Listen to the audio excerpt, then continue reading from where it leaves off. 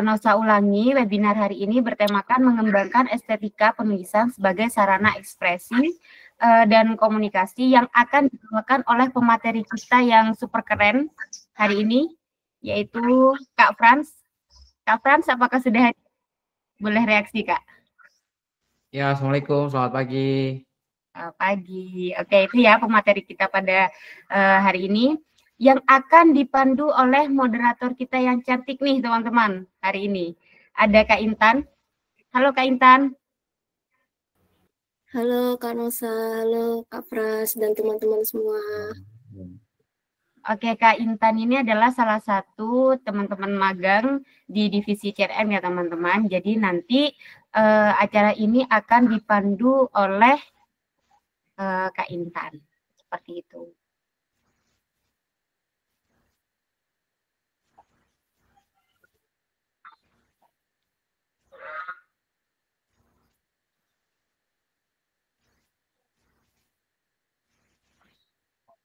Oke.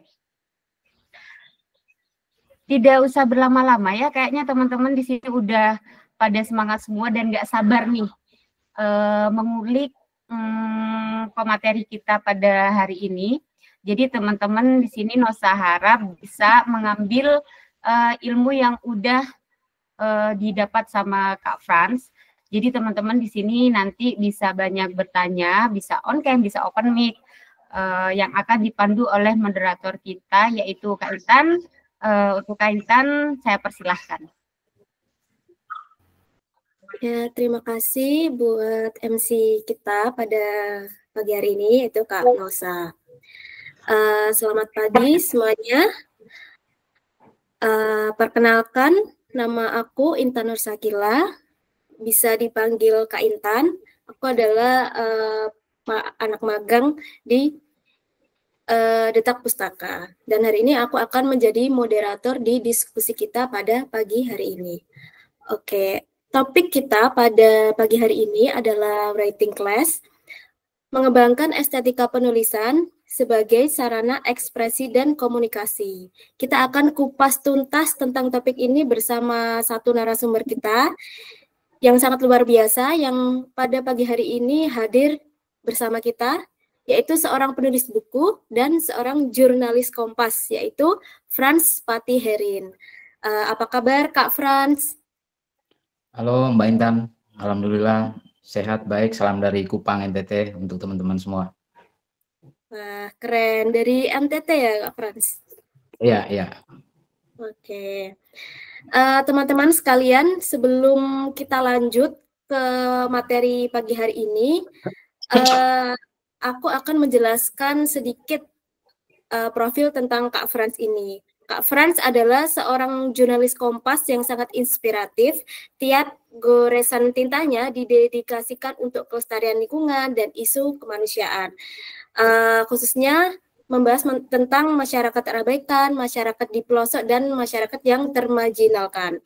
Beberapa penghargaan yang pernah diraih Kak Frans adalah juara 1 Franseda Award 2020, juara 1 PLN Journalistic Award 2021, juara 1 BPJS Award 2022, juara 1 Sahabat Bahari KKP 2022, juara 1 Pelindo Award 2023, Best Employee Kompas Gramedia 2023, dan juara 1 BPJS Award 2024. Dan yang paling menarik adalah Kak Frans ini pernah mengikuti International Visitor Leadership Program di Amerika Serikat pada tahun 2018. Selain itu, Kak Frans ini juga seorang penulis buku. Buku yang ditulisnya itu yaitu berjudul Lompat Kapal ke Amerika. Ini yang bisa kalian lihat di layar teman-teman semua. Ini adalah buku tulisan dari Kak Frans. Sangat luar biasa pencapaian Kak Frans, khususnya dalam jurnalistik dan penulisan.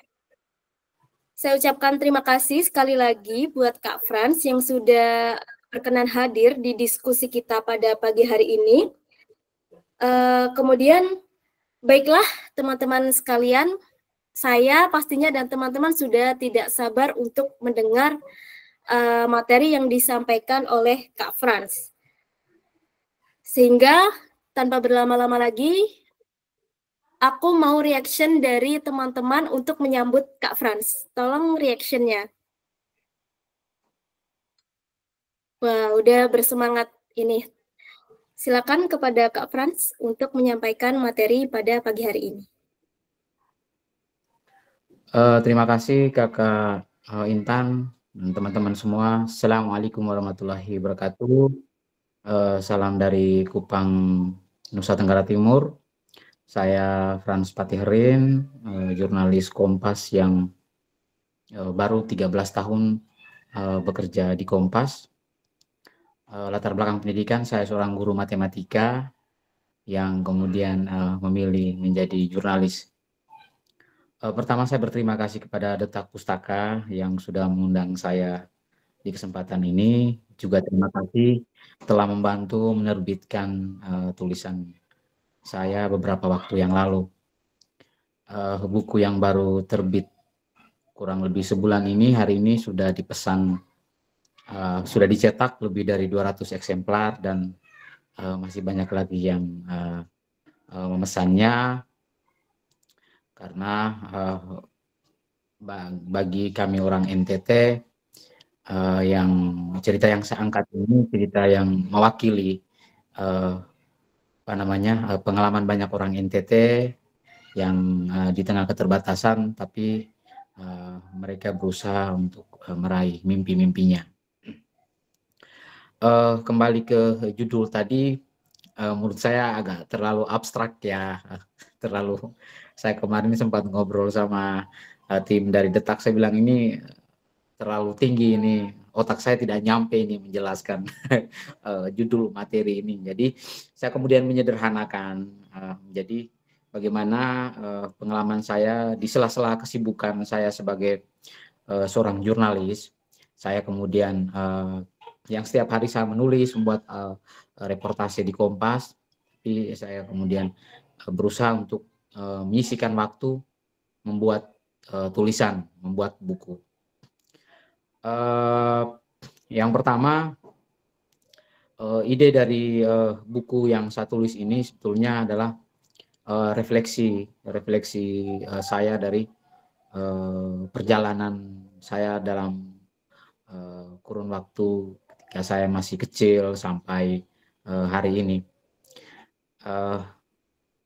Mungkin bagi orang ini sesuatu yang tidak luar biasa ya, biasa-biasa saja, tapi bagi saya sebagai orang kampung, ternyata cerita-cerita saya di masa kecil sampai kemudian saya bekerja dan meliput di beberapa tempat, saya melihat menarik untuk ditulis menjadi buku. Ini apa namanya, genrenya motivasi ya, buku-buku motivasi. Ini semua cerita nyata yang ada di dalam buku itu. Saya merefleksikan bahwa dari kecil saya hidup di daerah pedalaman yang baru menikmati listrik itu ketika saya kelas 5 sekolah dasar, baru kampung kami itu ada PLN masuk di sana. Kemudian saya sekolah, kuliah, dan saya bekerja di Kompas. Saya meliput di beberapa tempat, di beberapa negara termasuk Amerika. Nah, di rentang waktu itu, di perjalanan itu, ada sebuah momen yang sangat menentukan. Saya boleh bilang seperti itu. Karena ketika saya melamar di Kompas, saya harus lompat dari kapal ke kapal di tengah laut. Karena kalau waktu itu misalnya saya tidak mengambil keputusan untuk lompat dari kapal ke kapal, saya belum tentu ada di Kompas hari ini, dan belum tentu saya bisa meliput di beberapa tempat, termasuk di beberapa negara begitu. Itulah yang kemudian, refleksi itu yang kemudian membawa saya pada sebuah judul buku yang saya sampaikan tadi, Lompat Kapal ke Amerika. Kemudian bagaimana saya menyisihkan waktu di tengah kesibukan saya begitu. Kami di Kompas setiap hari harus mengirim tulisan ke redaksi. Ya, kalau Bapak Ibu membaca kompas.id online berbayar yang hari ini menjadi rujukan banyak orang karena memang kami mengedepankan jurnalisme berkualitas. Ini bagian dari harian Kompas. Sehingga dengan tekanan pekerjaan, dengan standar tulisan yang harus lengkap begitu, saya masih berusaha untuk menyisihkan waktu gitu. Jadi saya biasa bangun pagi sebelum saya bekerja mengirim tulisan ke Kompas atau liputan begitu, jam 4 subuh begitu saya sudah bikin tulisan. Saya nyicil satu persatu, Mbak. Jadi total semua itu ada lebih dari 20 tulisan di buku itu saya garap tidak sampai 1 bulan. Kemudian saya kirim ke Detak Pustaka dan alhamdulillah diproses dengan cepat ya.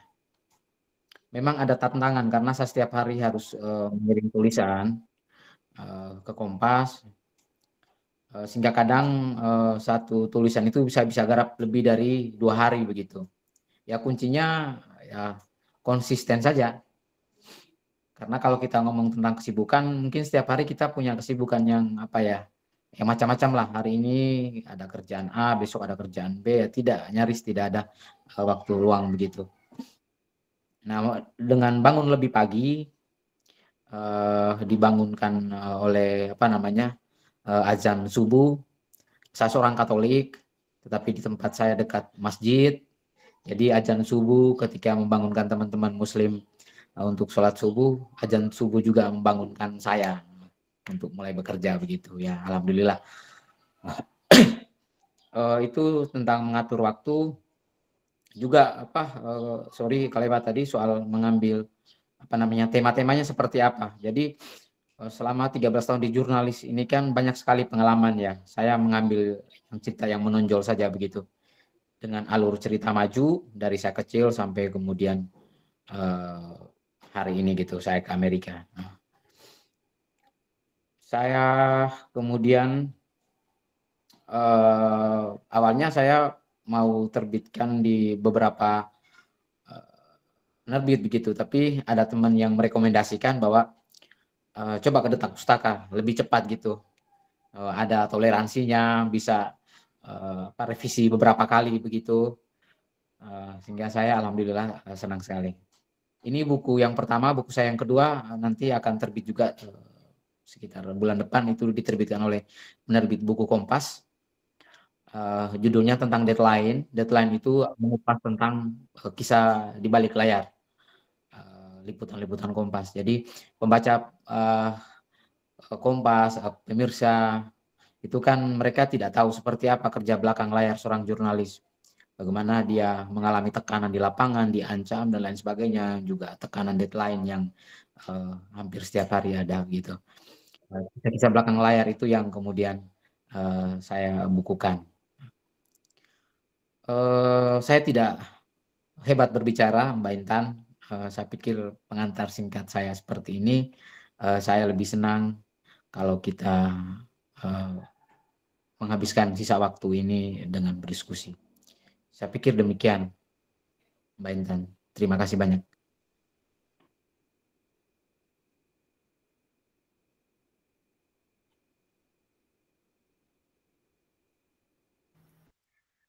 Baik, mungkin Kak Frans bisa menjelaskan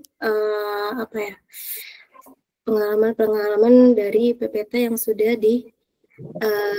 disusun ini, karena nanti di akhir akan ada Q&A. Q&A ini teman-teman dari menyimak PPT ini kemudian nanti disampaikan, lalu Kak Frans langsung menjawab seperti itu. Ya, saya pikir poin umumnya sudah saya ceritakan semuanya, Kak Intan, dari tadi secara umum sudah. Monggo saja yang bertanya silakan, biar kita lebih banyak berdiskusi begitu. Oke, mungkin dari teman-teman ada yang ingin bertanya? Kalau ingin bertanya, mungkin bisa on cam terlebih dahulu dan mengaktifkan fitur raise hand. Kemudian setelah nanti akan aku pilih beberapa penanya, lalu penanya memperkenalkan diri baru melontarkan pertanyaannya. Bagi teman-teman yang ingin bertanya, silakan. Oke, ini ada Monik Saputro. Kak Monik Saputro, boleh on cam?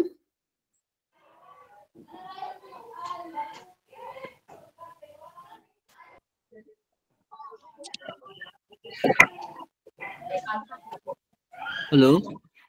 Halo. Kak Monik Saputro, boleh on cam? Nah, ini dia Kak Monik Saputro. Silakan perkenalkan diri, lalu baru menyampaikan pertanyaannya. Terima kasih. Oke, terima kasih. Saya Saputro dari Kudus. Mau tanya Kak, dalam berkarya kalau kita sudah punya ide, apabila kita ingin menuangkan ide kita di beberapa platform dengan judul yang sama, isi yang sama, apakah nanti akan menjadi kendala saat hendak menerbitkan cerita yang sudah kita buat? Terima kasih.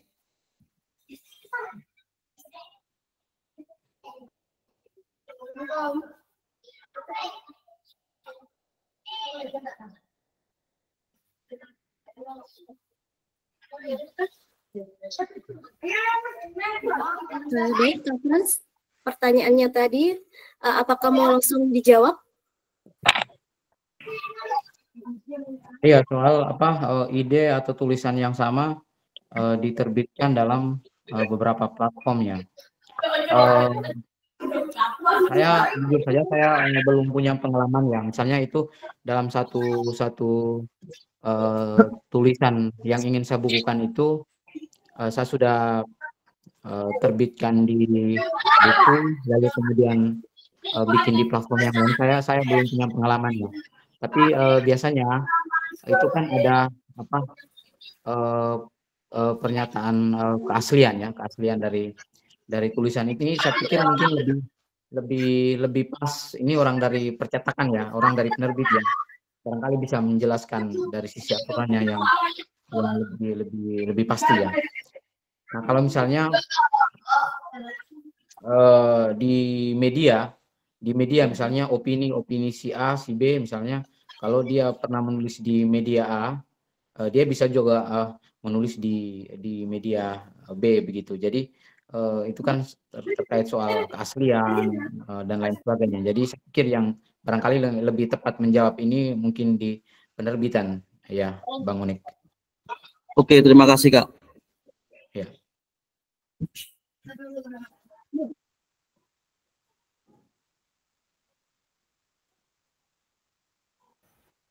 Baik, jadi dari pertanyaan tadi bahwa yang terpenting dalam tulisan itu adalah keaslian. Tidak apabila ditulis di media A maupun B, karena yang terpenting adalah orisinalitas dari karya penulis itu sendiri. Oke, terima kasih kepada Kak Monik untuk pertanyaan pertama. Apakah ada lagi yang ingin bertanya? Silakan mengaktifkan fitur raise hand.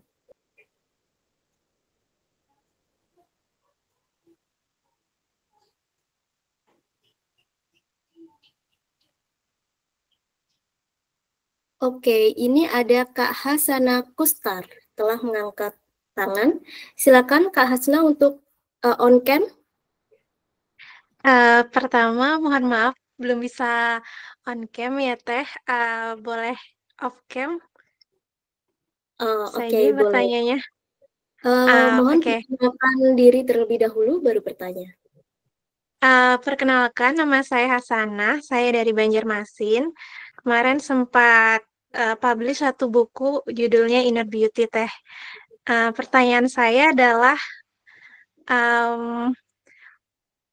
gimana sih caranya supaya bisa buku kita itu dipromosiinnya bisa lebih bagus gitu, karena saya itu punya kendala di promosi Teh gitu, apalagi saya merasa kalau saya nggak banyak-banyak amat punya teman gitu. Terus untuk yang kedua, tadi kan kalau nggak salah ceritanya tentang lompat kapal ke Amerika ya, boleh nggak sedikit spoiler gitu, itu tuh apakah bukunya tentang diri ataukah cerita perjalanan kita gitu. soalnya saya juga agak tertarik untuk bikin buku. Nah, kalau untuk buku motivasi itu apakah semacam cerita kita, bentuk presentasi di bukunya itu seperti apa gitu? Apakah kita menceritakan kehidupan kita dari awal sampai akhir, terus disisipi kayak motivasi gitu, atau itu seperti section gitu, motivasi satu apa gitu, terus ada ceritanya gitu. Itu aja sih pertanyaan dari saya. Terima kasih. Oke, silakan Kak Frans langsung jawab. Menarik pertanyaannya Mbak, soal promosi ya Mbak. Jadi saya sebelum membuat buku itu saya sudah bisa apa ya, memperkirakan nanti segmennya ke kalangan mana begitu Mbak.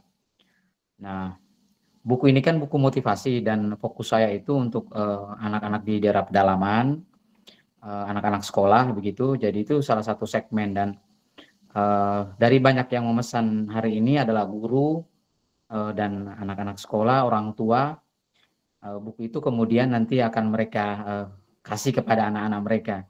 Jadi ceritanya langsung saya sambung ke pertanyaan kedua. Itu cerita nyata perjalanan saya Mbak. Perjalanan saya yang saya gambarkan di awal tadi, bahwa dari kecil saya di pedalaman, kemudian saya sekolah, lalu saya bekerja di Kompas, lalu saya kemudian dapat undangan dari Kementerian Luar Negeri Amerika ke sana. Jadi cerita perjalanan itu kemudian saya simpulkan dalam judul itu, Lompat Kapal ke Amerika. Memang ada drama lompat kapalnya beneran Mbak. Jadi saya waktu melamar di Kompas itu saya lompat dari kapal ke kapal di tengah laut gitu, karena saya nyaris ketinggalan waktu itu. Jadi ini 100% cerita nyata yang saya bikin dalam bentuk apa ya, cerita perjalanan berseri ya, dari apa namanya, alurnya dari tahun 99 sampai tahun 2018 Mbak. Jadi pertanyaan pertama dan kedua sudah terjawab. Yang pertama tentang pasarnya, pemasarannya, kira-kira buku kita itu kita mau menyasar ke segmen mana begitu Mbak. Dan dari sekian banyak yang dipesan itu, saya sendiri memesannya cukup banyak dan saya bagikan secara gratis. Alhamdulillah, karena saya ada rezeki, saya beli, saya pesan di Detak, karena kita yang penulis biasanya dapat diskon kan. Jadi itu saya pakai buat apa namanya, saya bagi secara gratis ke anak-anak di pedalaman gitu. Dan cerita dari mulut ke mulut, kemudian banyak yang juga memesan. Semoga bisa menjawab. Terima kasih.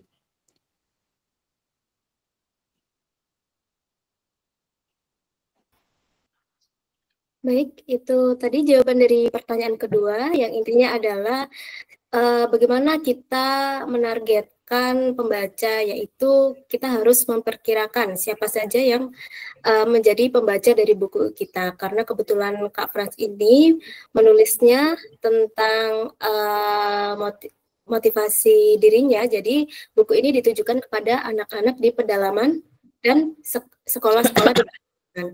Jadi targetnya seperti guru, anak sekolah, dan orang-orang tua di daerah yang pedalaman.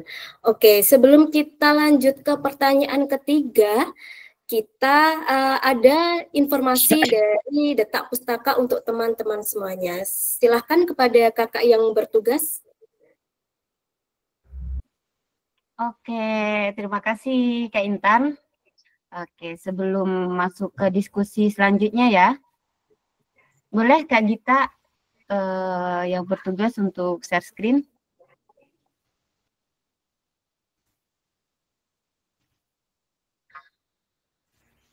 Oke teman-teman, di sini Nosa agak sendirian untuk memberikan informasi kepada teman-teman peserta semuanya ya. Di sini Kak Nosa akan ditemani oleh Kak Ayu. Halo Kak Ayu. Halo Kak.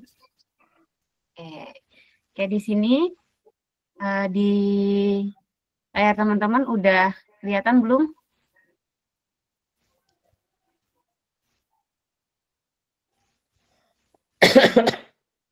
Oke.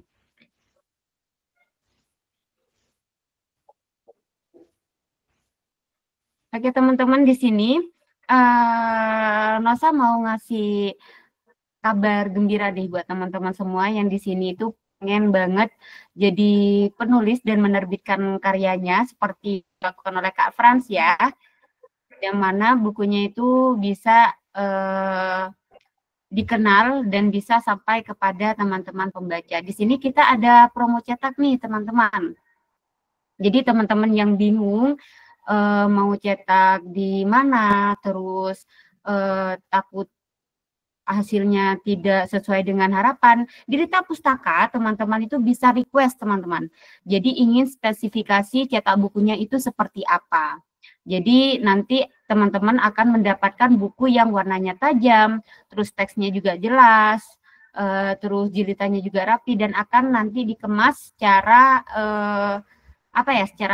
secara rapi dan akan sampai kepada tangan teman-teman tuh sesuai dengan apa yang teman-teman sampaikan. Nanti bisa tanya sendiri ya teman-teman ke Kak Frans, gimana tuh? Kami kan di Jawa nih ya, kita kantornya di Lamongan, terus bisa sampai ke seluruh Indonesia tapi tetap aman, seperti itu. Boleh, next Kak Gita.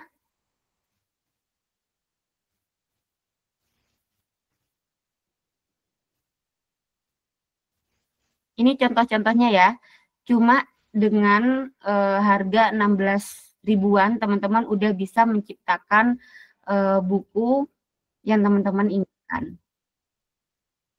Itu. Next ada apa nih Kak Gita? Boleh full screen Kak Gita? Biar teman-teman peserta bisa tahu nih.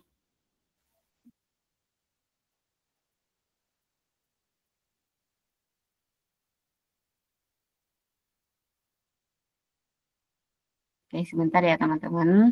Nah,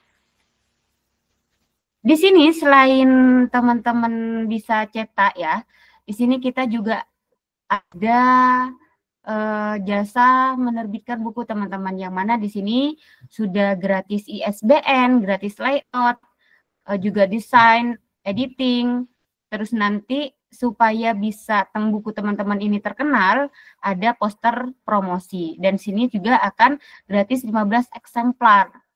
Nah, budgetnya berapa nih teman-teman? Ini sangat termasuk murah ya teman-teman. Dimulai dari harga 700 ribuan, teman-teman sudah bisa menerbitkan buku teman-teman yang teman-teman inginkan. Itu sudah ber-ISBN.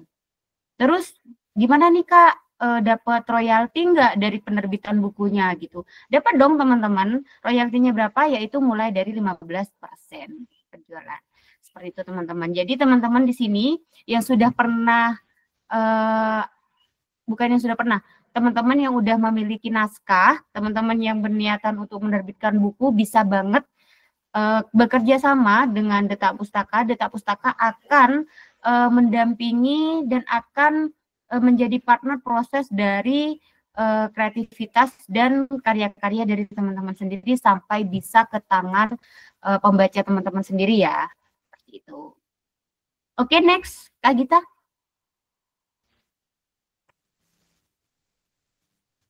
Nah, ini akan disampaikan oleh rekan saya, Kak Ayu. Boleh disampaikan, Kak Ayu? Oke, terima kasih Kak. Oke, kali ini spesial menyambut Paskah kemarin dan hari ini juga Duta Pustaka lagi ada promo baru.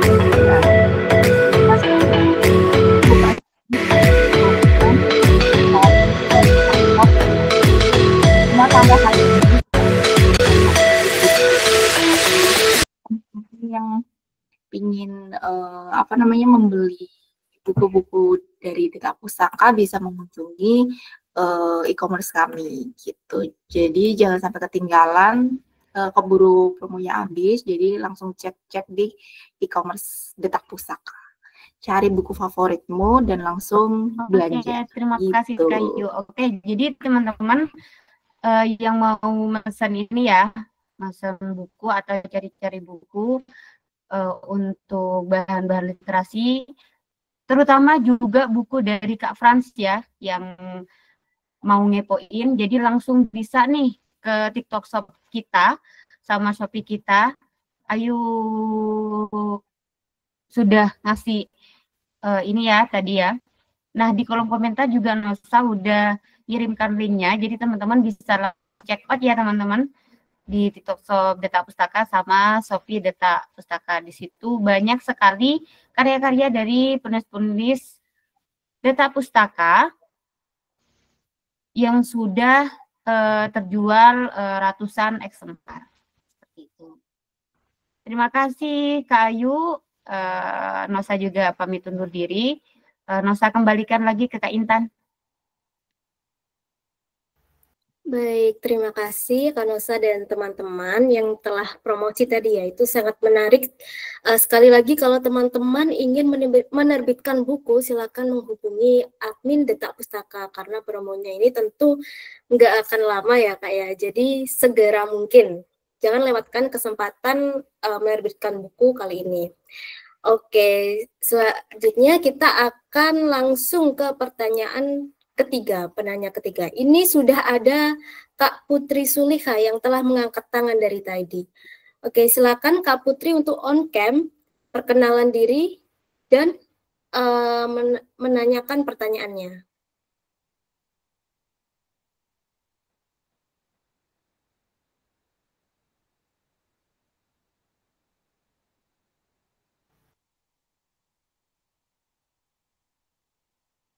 Kak Putri?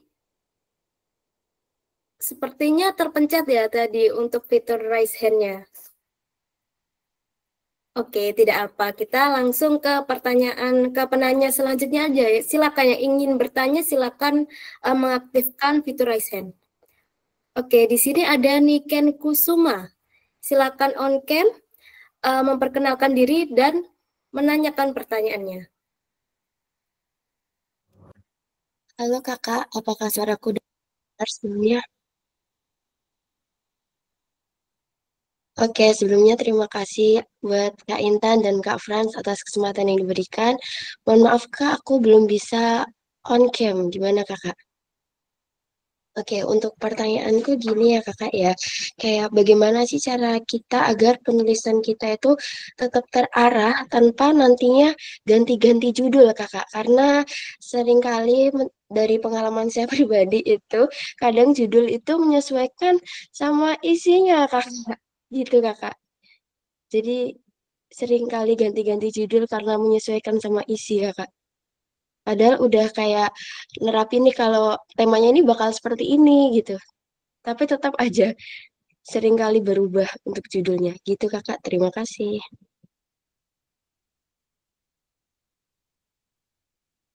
Baik, terima kasih untuk pertanyaannya. Silakan Kak Frans dijawab. Baik Mbak, judul itu kan janji kita kepada pembaca ya Mbak. Jadi jangan sampai kayak era media sosial era media hari ini ada banyak media online yang judulnya lain, isinya lain gitu. Jadi saya mau bilang bahwa judul adalah janji kita kepada pembaca. Yang judulnya seperti itu di dalam buku kita juga sama dengan yang ada di judul. Minimal ada hal yang menonjol di dalam rangkaian cerita panjang kita di buku itu yang bisa kita tarik menjadi judul besar. Kira-kira apa yang paling menarik dari rangkaian cerita kita ini? Misalnya ini kan di buku saya ini kan ceritanya banyak nih Mbak. Dari kecil sampai kemudian cerita ke Amerika. Nah, ada satu drama yang menurut saya paling menarik adalah Lompat Kapal. Nah, itu kemudian saya gabungkan dengan perjalanan awal sampai akhir gitu sehingga saya pakai judul Lompat Kapal ke Amerika. Jadi judul itu menggambarkan cerita utuh atau juga dari rangkaian panjang itu apa yang paling menarik di situ. Sekali lagi judul adalah janji kita kepada pembaca. Bagaimana supaya kita mudah merumuskan judul? Kita tentukan tema apa nih mau kita angkat nih. Kan pasti banyak sekali, setiap kita kan pasti punya banyak pengalaman yang ingin kita tuliskan. Kita persempit dulu temanya seperti apa. Dari tema itu kita bikin outline-nya. Kira-kira di tema ini ada berapa tulisan yang harus saya garap nih. Kalau saya itu ada sekitar 20-an tulisan. Satu tulisan panjangnya sekitar 3.000 karakter with space ya. Kalau 3.000 karakter with space itu dia sekitar 500 kata paling banyak, Pak. Jadi tidak usah panjang-panjang juga gitu setiap tulisannya. Jadi poin saya yang pertama, kita bikin outline-nya, kita tentukan tema, kita bikin outline-nya, kemudian judulnya, kita ambil kira-kira apa yang paling menarik di situ atau apa benang merahnya. Sekali lagi, judul adalah janji kita kepada pembaca, sehingga apa yang kita tulis di judul harus sama seperti yang ada di dalam isi buku tersebut. Terima kasih Mbak, semoga bisa menjawab.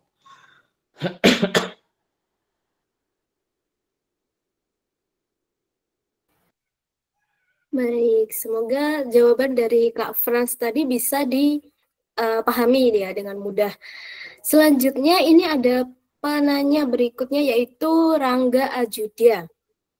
Silakan kepada Kak Rangga untuk on cam dan perkenalan diri dan menyampaikan pertanyaannya. Ya, selamat pagi. Nama saya Rangga, asli Banyuwangi. Terima kasih waktunya Kak Intan sama Kak Frans. Jadi saya sudah menerbitkan buku melalui Tika Pustaka gitu. Jadi ini mau buku kedua, saya mau menulis ya pengalaman-pengalaman pribadi saya dan kawan-kawan juga yang untuk menjadikan motivasi gitu. Untuk memotivasi karena basic saya pelaut ya. Jadi materi itu kan sedikit untuk pelaut gitu. Menurut pengalaman Kak Frans, mungkin ada advice buat saya kira-kira apa sih yang bisa saya tulis itu untuk selanjutnya. Terima kasih. Oh, keren sekali, Bang. Oh, Abang nakoda atau apa? Mualim atau ABK atau apa, Bang? Sorry. Ya, sudah pernah nakoda, sudah pernah mualim juga. Yang penting sekarang gaji jabatan nomor 2. Wow, keren. Ya. Abang menulis tentang cerita belakang layar seorang nakoda juga menarik, Bang.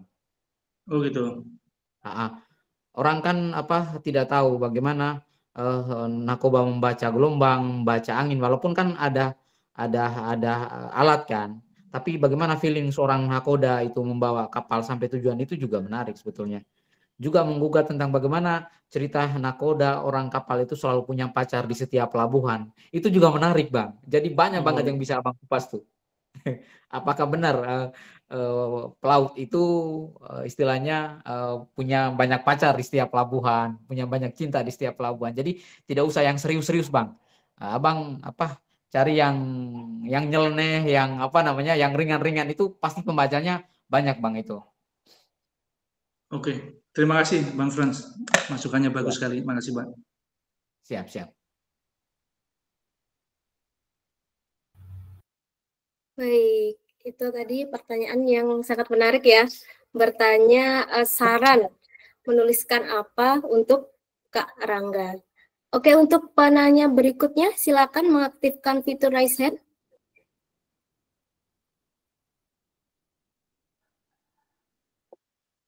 Oke, ini ada Kak Hasana Kustar. Silakan Kak Hasana untuk on cam, perkenalan diri dan menanyakan pertanyaannya. Baik, terima kasih Kak Intan. Perkenalkan, saya Hasanah dari Banjarmasin. Tadi sempat tanya sekali. Tadi ada pertanyaan terkait judul ya Kak ya, dan itu sebenarnya salah satu permasalahan saya juga. Pak Frans, boleh nggak misalnya judul itu terakhir?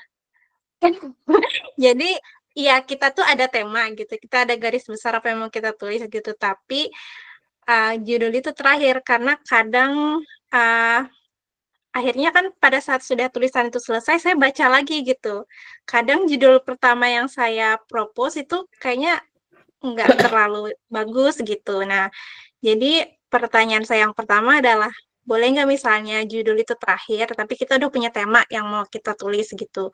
Terus yang kedua adalah gimana sih cara mendesain judul yang menarik gitu, karena kan kayak judul Pak Frans itu kan lompat kapal ke Amerika, orang mungkin nggak akan expect ini maksudnya apa gitu, kisah ceritanya bakalan kayak gimana gitu.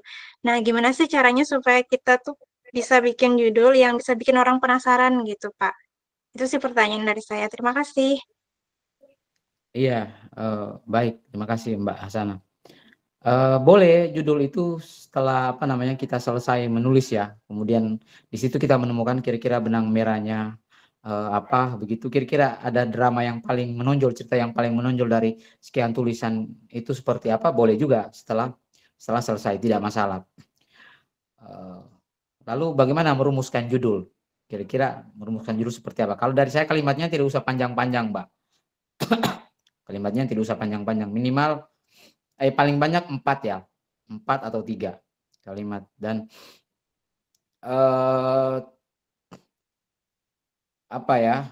Butuh perenungan untuk mendapatkan judul yang menarik gitu, yang menarik orang gitu untuk membaca. Kayak saya punya Lompat Kapal ke Amerika, ada faktanya.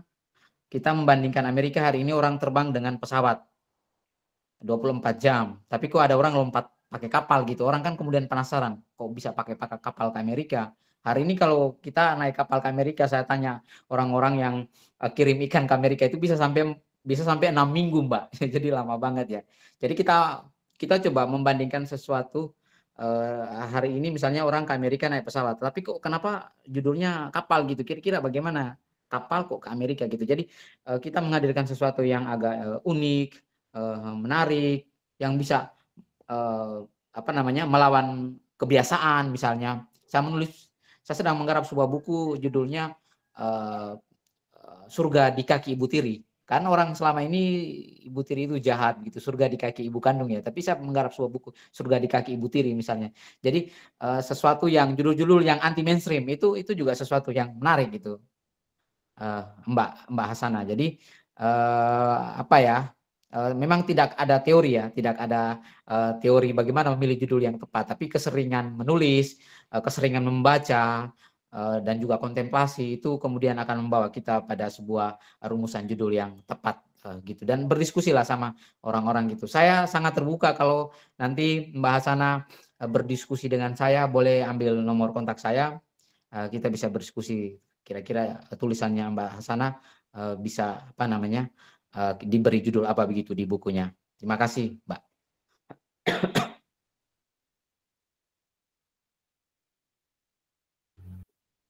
Baik, itu dia. Jadi kesimpulannya yaitu sering-sering membaca dan menulis karena itu bisa memperkaya kosakata. Seperti itu. Oke, penanya selanjutnya silakan mengaktifkan fitur raise hand.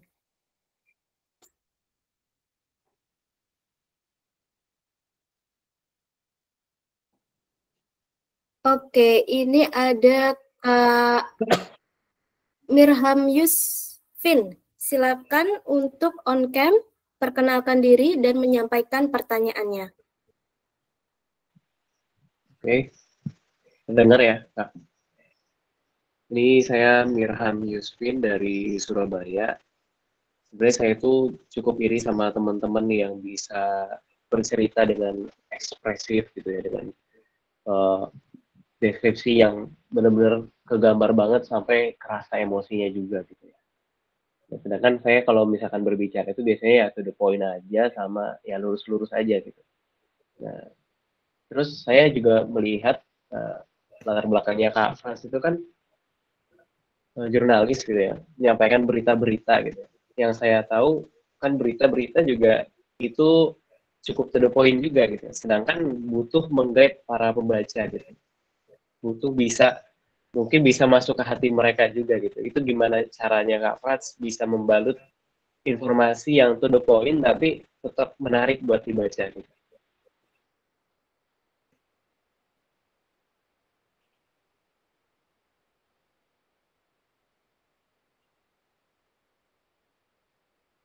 Ya, makasih. Saya boleh langsung jawab ya, Mbak. Pertanyaannya menarik. Bang Mirham ya. Minta maaf kalau saya salah menyebut nama. Jadi di buku itu saya mengemasnya dengan genrenya feature, Bang. Kalau di dalam tulisan jurnalistik itu kan ada hard news. Hard news itu misalnya Bang Mirham marah, itu hard news. Tetapi kalau feature, saya menggambarkan Bang Mirham keluar dengan mata melotot sambil mengepalkan tangan. Itu kekuatan deskripsinya ada di situ, Bang Mirham. Jadi kita no tell but show. Kita menunjukkan kepada pembaca. Kita menarik pembaca hadir dalam situasi itu. Misalnya, saya tidak menggambarkan bahwa goat itu bau sekali. Tapi saya menggambarkan ketika saya lewat di situ, saya pakai masker lapisnya 2, tetapi saya masih bisa mencium aroma itu. Bahkan saya taruh kopi di dalam masker itu pun aroma gold itu masih nembus gitu. Jadi kita meminimalisir penggunaan kata sifat, Bang. Kita tidak menggambarkan panasnya, tetapi kita menggambarkan bahwa ketika saya berada dalam ruangan 3x4 itu, saya harus buka kancing baju saya begitu. Saya harus berdiri dekat jendela sehingga bisa dapat celah angin yang masuk lewat celah jendela gitu. Jadi kekuatannya ada pada deskripsi. Bagaimana kita mendapatkan itu, Bang Miram? Membaca novel. Itu salah satu kuncinya, Bang. Karena tulisan-tulisan novel itu kekuatannya ada pada deskripsi. Misalnya novel Laskar Pelangi ditulis Andre Hirata. Saya membaca novel Laskar Pelangi dan saya menonton filmnya, malah lebih kuat di novelnya, Bang. Itu deskripsinya itu seolah-olah membawa saya hadir ke Belitung Timur ya, tahun 70-an itu menyaksikan Ikal dan teman-temannya bersekolah di SD Muhammadiyah itu. Jadi tadi Bang, kekuatan deskripsi no tell but show, dan bagaimana supaya kita dapat perbendaharaan kata, diksi, dan kita memainkan bumbu sastra. Saya biasa menyebutnya bumbu sastra dalam setiap narasi dan deskripsi itu adanya, kita dapatnya di kita membaca novel. Mudah-mudahan bisa menjawab, Bang.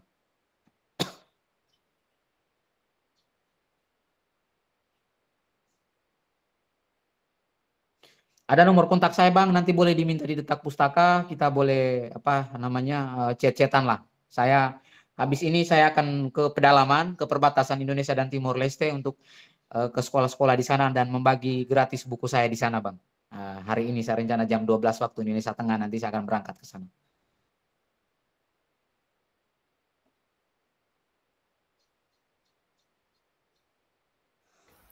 Oke, menarik sekali ya. Pertanyaan dari siapa tadi? Kak Mirham. Semoga jawaban dari Kak Frans bisa dipahami dengan mudah.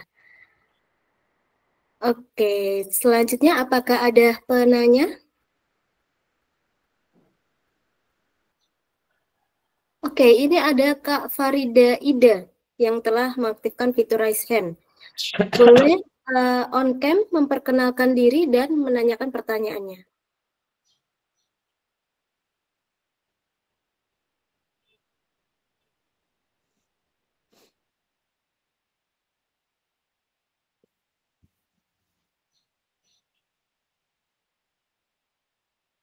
Oh, sepertinya Boleh, Pak, tadi nomor boleh silakan diambil saja di Detak 0812, nantilah di akhir diskusi baru saya sebut nomor saya. Oke, sepertinya tadi Kak Nirham atau siapa tadi itu terpencet juga ya fitur raise hand-nya. Apakah ada penanya lain?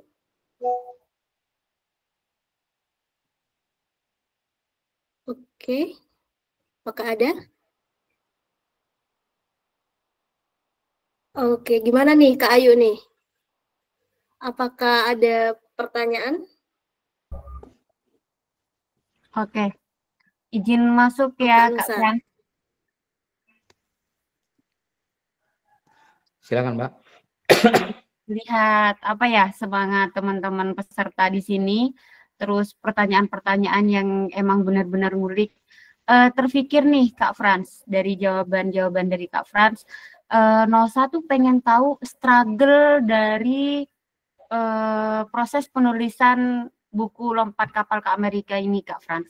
Soalnya kan ini seperti menceritakan kisah Kak Frans secara pribadi, dan ini benar-benar ini ya Kak, benar-benar aktual, dan ini kisah dari Kak Frans sendiri. Jadi 01 pengen tahu struggle-nya gitu loh Kak, proses penulisannya. Iya, Mbak Nusa. Jadi memang karena ini saya mengalami sendiri, jadi kebetulan memori saya cukup kuat ya Mbak, mengingat gitu. Saya dulu kuliah matematika, jadi ya untuk hafalan-hafalan itu agak lumayan lah, saya masih ingat juga ya. Jadi saya kemudian memulai dengan setting waktunya masa lalu begitu, dari saya kecil gitu. Jadi yang pernah saya ingat dan itu yang saya tuliskan gitu. Karena saya mengalami sendiri, jadi saya nyaris tidak tidak begitu tantangannya tidak begitu berat gitu. Hanya soal waktu sebetulnya menyelesaikan itu di tengah tuntutan pekerjaan yang setiap hari harus mengirim tulisan untuk media, sehingga menulis sendiri tidak terlalu sulit ya, karena saya setiap hari kan juga menulis. Hanya saya boleh ngasih sedikit catatan buat Detak ya di editingnya ya. Saya tuh berharap editing saya itu diberi nafas yang lebih tajam lagi gitu. Tapi kemudian ternyata editornya itu hanya memeriksa kesalahan huruf ya, typo dan juga kosakata dan lain sebagainya. Saya tuh berharap editornya juga memberi nafas yang lebih kuat di tulisan itu, rohnya ya, kira-kira bukan rohnya tapi penegasannya, kira-kira apa yang menarik gitu. Karena kan biasanya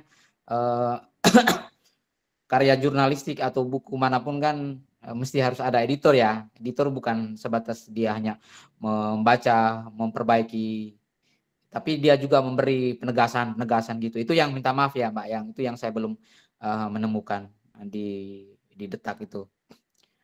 Itu masukan saya sih Mbak, mohon maaf kalau karena saya jurnalis, tiap hari tulisan saya diedit gitu kan, jadi saya merasa kok cuman lihat typo-typonya saja gitu, mungkin karena tenaganya terbatas dan lain sebagainya ya. Itu, tapi relatif tidak ada hambatan yang besar ya selama mengerjakan ini gitu. Oke, baik, terima kasih Kak Frans. Dari pertanyaan saya tadi, terus mendengarkan jawaban dari Kak Frans, muncul pertanyaan lagi nih Kak Frans. Kan Kak Frans di sini bukan cuma menulis buku Frans, tapi juga menulis untuk media Kompas, terus pekerjaan-pekerjaan yang lainnya. Nah, itu gimana caranya memanajemen waktunya tuh Kak Frans? Karena kami juga butuh insight yang ada teman-teman di sini yang juga pelajar, terus mahasiswa, terus juga mengerjakan pekerjaan-pekerjaan yang lain. Jadi gimana caranya kita itu bisa tetap berkarya, bisa tetap nulis, tapi nyambi dengan pekerjaan-pekerjaan yang ada. Jadi manajemennya gimana tuh Kak Frans, kalau menurut Kak Frans sendiri? Kalau yang saya biasa lakukan pagi Mbak, jadi sebelum energi saya itu keluar, saya habiskan untuk rutinitas harian saya. Ya, energi saya yang masih full itu saya pakai untuk menulis buku gitu. Karena kan masih segar ya bangun pagi. Saya seorang Katolik yang hidup di daerah mayoritas Katolik, tapi di tempat kami itu banyak masjid. Jadi ketika azan subuh yang membangunkan saudara saya Muslim untuk bersembahyang, azan itu juga membangunkan saya untuk mulai bekerja. Jadi energi pagi itu sebetulnya menurut saya merasa energi pagi itu sangat kuat ya.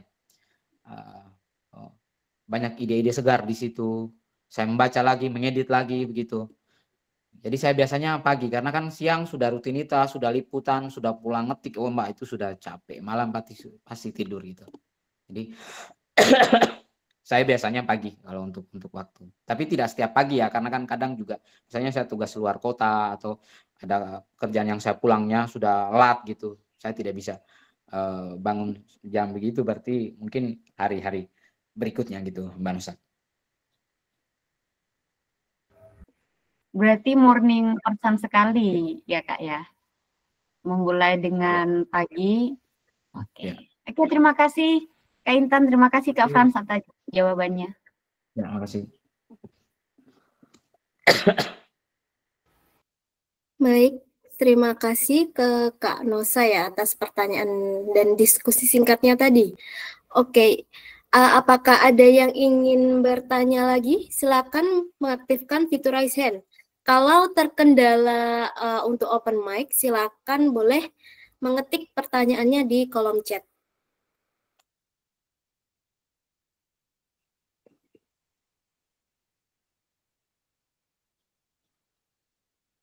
Apakah ada yang ingin bertanya? Silakan mengaktifkan fitur raise hand.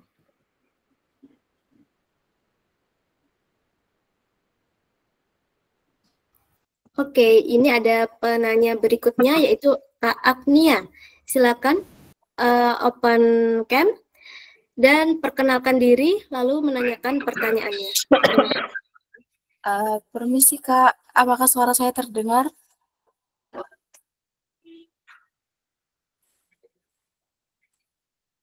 Apakah Ya. suara saya terdengar Kak? Ya Mbak, ya Mbak, terdengar ya.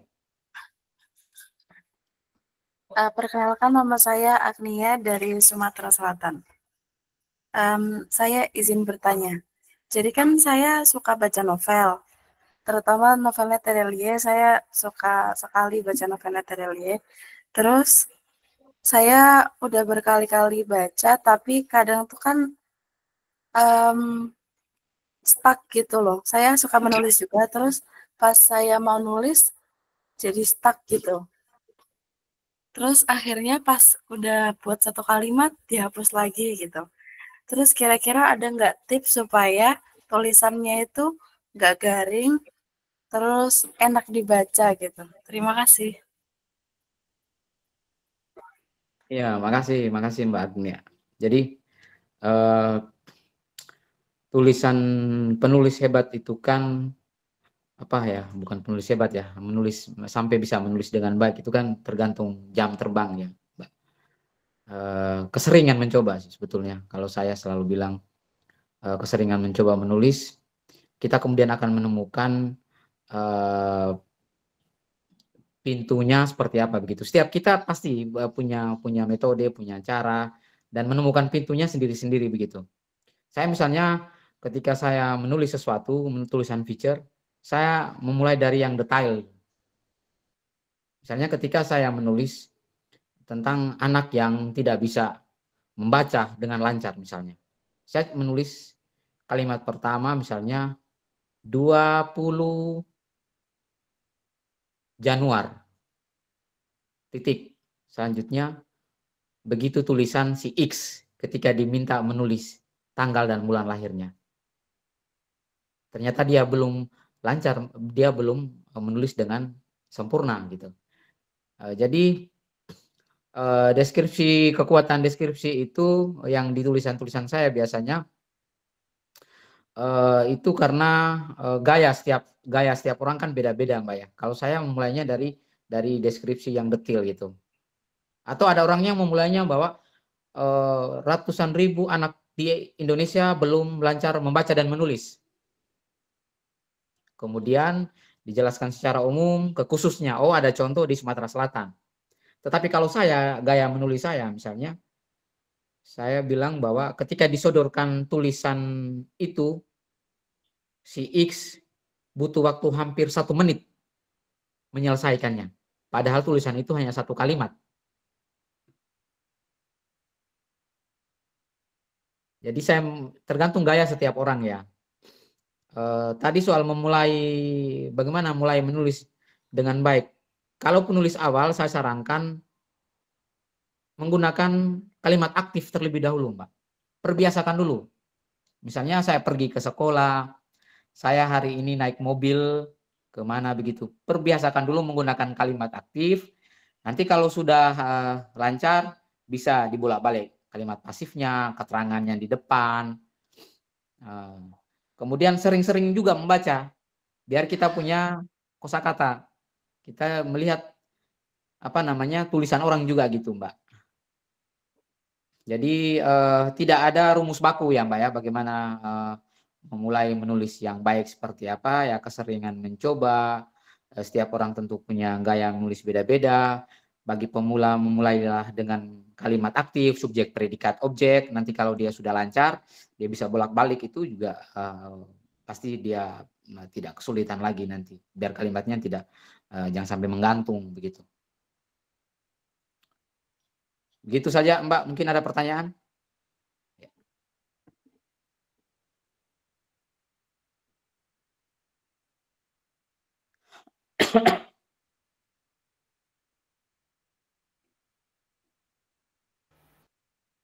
Baik, sepertinya pertanyaannya tadi sudah terjawab ya, Kak Agnia. Oke, selanjutnya penanya berikutnya silakan mengaktifkan fitur raise hand.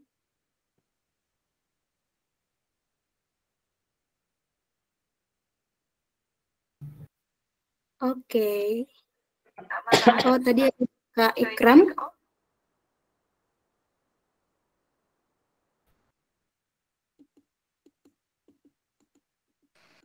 Iya, terima kasih Kak. Izin, Assalamualaikum. Diri ya. Assalamualaikum warahmatullahi wabarakatuh. Shalom, Om Swastiastu, Namo Buddhaya, Salam Kebajikan. Perkenalkan, nama saya Ikram Muharir. Saya dari Medan. Izin Pak, saya ingin bertanya, bagaimana sih ketika kita sedang menulis, tetapi pas di tengah kita menulis itu, kita tuh sudah buntu nih untuk mencari kata-kata apa yang bisa saya lakukan untuk biar tulisan saya itu berkembang gitu, supaya tidak buntu saya dalam menulis tuh Pak. Baik, terima kasih Pak. Iya, ya, makasih. Bung Ikram, kalau yang saya alami ya, kalau saya buntu biasanya saya berhenti dulu, saya narik napas dulu, saya keluar, saya lihat sambil saya ingat-ingat kira-kira ide mana yang belum saya sampaikan. Misalnya kalimat pertamanya selesai nih, kalimat keduanya apa? Bisa dielaborasi dari kalimat pertama. Satu. Yang kedua, ini tulisan alurnya apa nih? Misalnya saya nulis tentang di kebun misalnya, petani yang dia memanen padi nih. Saya mentok di situ nih. Ternyata setelah manen padi ini kan alurnya maju nih. Alurnya maju berarti dia jemur, kemudian digiling dan lain sebagainya. Jadi lihat saja nih alur kita kemana nih. Alur tulisan dari awal. Jadi Kakak Ikram baca dulu dari atas, baca ulang. Misalnya mentoknya di paragraf keempat nih. Kak Ikram baca ulang dulu dari paragraf pertama.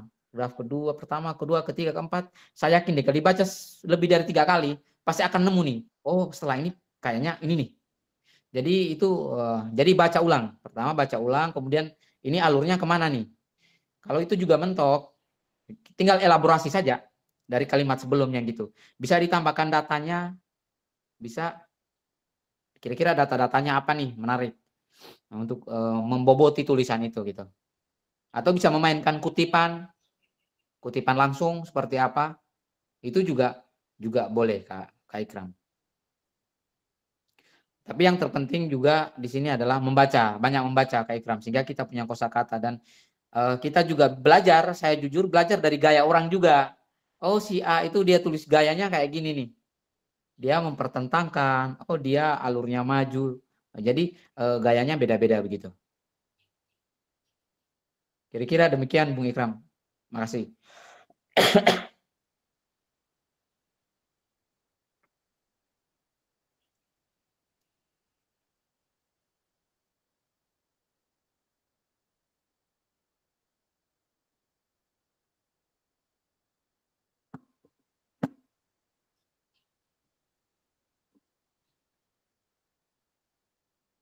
Baik Kak Ikram, apakah jawaban dari Kak Frans tadi sudah menjawab? Sudah cukup, terima kasih. Iya, sama-sama. Kemudian, apakah ada penanya berikutnya? Silakan mengaktifkan fitur raise hand.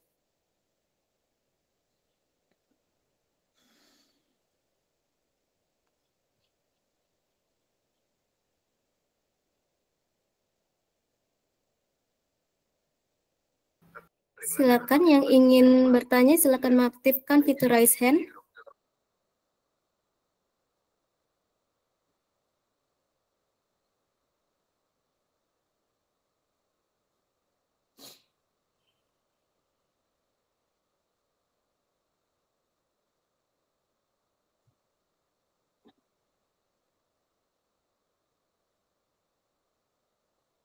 Oke, gimana? Apakah ada yang mau bertanya?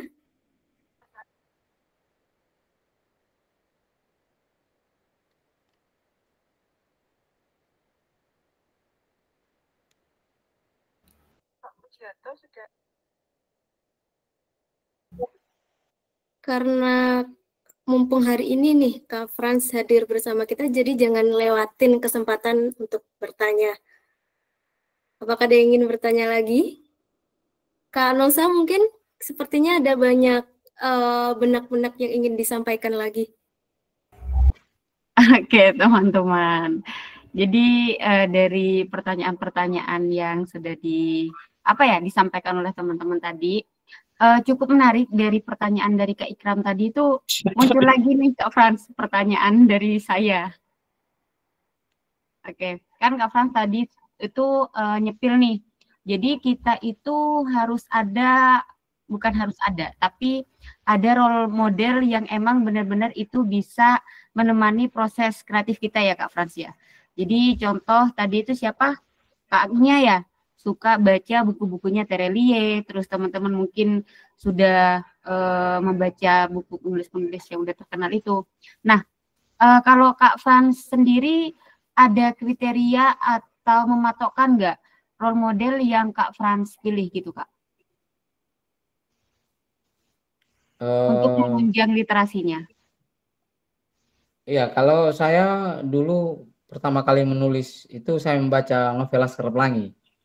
Itu yang mengubah gaya tulisan saya yang dulu kaku banget karena saya orang eksata ya. Kaku banget, saya kemudian lentur, itu saya membaca Laskar Pelangi, juga membaca tulisannya Pram. Saya dulu 7,5 tahun bertugas di Ambon, Maluku. Saya sering ke Pulau Buru, tempat dulu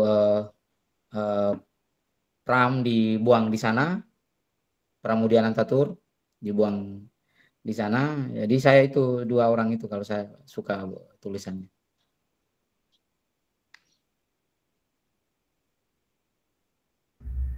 Sama Laskar Pelangi, sama tulisannya Andre Hirata, keren-keren tuh kalau Andre. Oh iya, benar. Berangkat dari lingkungan sendiri berarti ya Kak ya? Iya. Ya, benar. Itu ya teman-teman, jawabannya mungkin bisa memberikan insight ke teman-teman juga. Jadi bisa dengan kita peka terhadap lingkungan, itu ternyata juga jadi karya tulis teman-teman. Oke Kak Intan, terima kasih. Baik, terima kasih untuk Kak Nosa tadi sekaligus menjadi penanya terakhir dari diskusi kita pada hari ini. Ada beberapa poin ya, seperti kesimpulan bahwa yang terpenting dari sebuah tulisan itu adalah orisinalitas, terus bagaimana kita mendapatkan ide itu bisa dari membaca, karena dari membaca itu satu kalimat yang kita peroleh hari ini bisa membuka berjuta-juta pengetahuan yang baru, sehingga bisa memperkaya kosakata dan pengetahuan kita. Terima kasih saya ucapkan. Mohon maaf bila ada kata, saya Intan Nursakila selaku moderator pada pagi hari ini mengundurkan diri dan saya kembalikan ke MC kita, Kak Nosa. Terima kasih. Wassalamualaikum warahmatullahi wabarakatuh.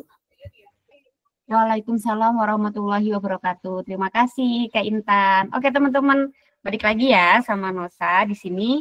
Oke, seperti yang Nosa beritahu di kolom chat, teman-teman bisa nanti share di IG story, bisa tag Deta Pustaka dan Deta Pustaka Toko juga bisa. Ini ya IG pemateri kita. Kak Frans, boleh still IG-nya Kak Frans? IG saya Pati Herin, PATIHERIN. Ya. Oke, bisa tag ya teman-teman, bisa follow juga. Ya. Kalau ada yang minta nomor kontak saya, boleh saya ini di sini ya 0812 4865 6128. Makasih. Oke, Kak Frans. Sebelum ini teman-teman, sebelum kita akhiri, jadi kita sesi dokumentasi dulu ya. Boleh teman-teman on cam dulu membersamai Nosa dan Kak Frans di sini. Oke, bisa on cam dulu. Untuk teman-teman yang bertugas, ada Kak Mala, Kak Umi. Boleh dipandu ya.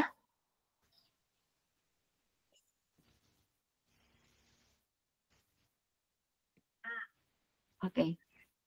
Ini Kak Mala atau Kak Umi ya yang ini. Bisa on mic ya, memandu sesi dokumentasi hari ini.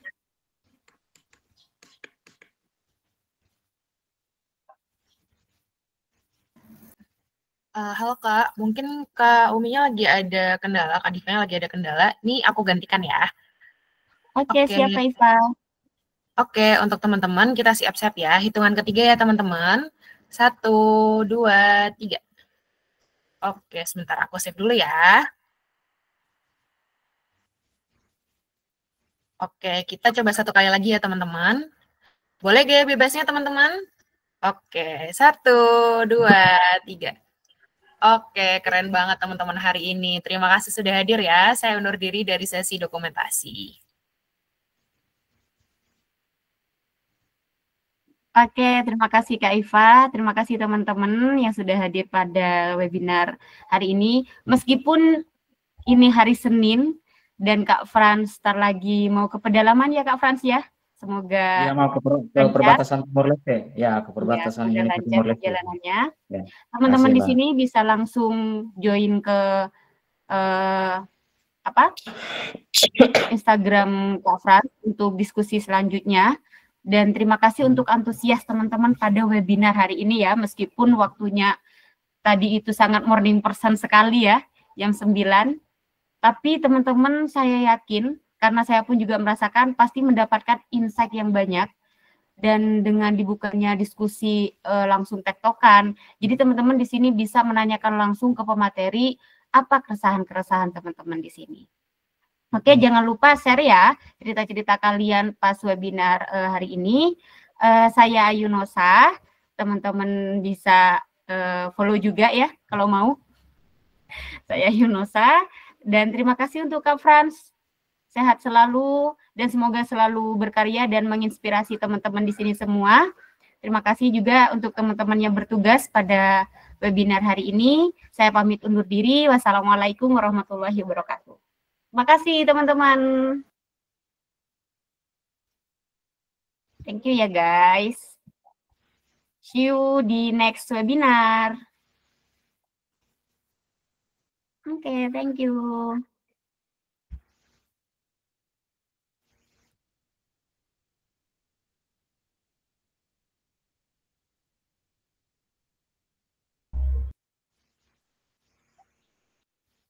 Selamat menjalankan aktivitas kembali. Teman-teman jangan lupa isi Google Form presensinya ya.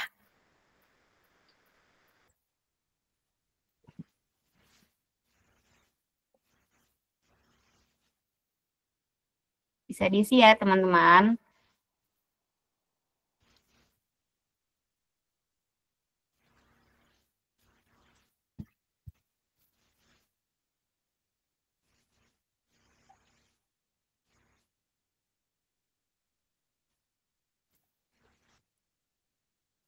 Ini Kak Arni Wulan kayak kepencet raise hand-nya ya Kak ya? Kak mau tanya ke kita tah Kak?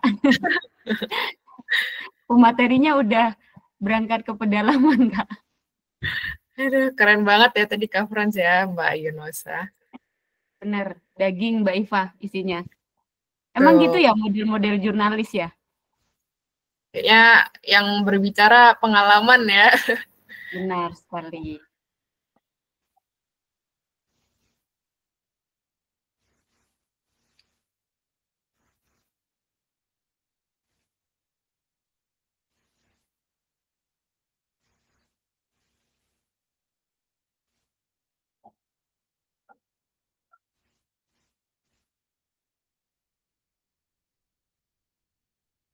Oke, teman-teman bisa live bisa live teman-teman.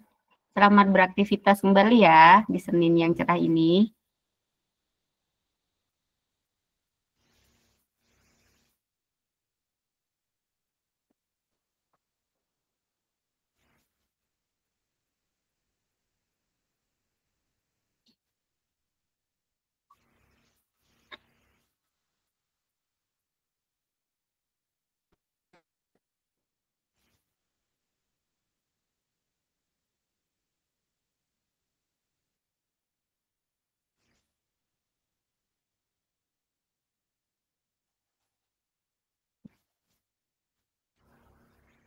Oke, terima kasih juga Nia.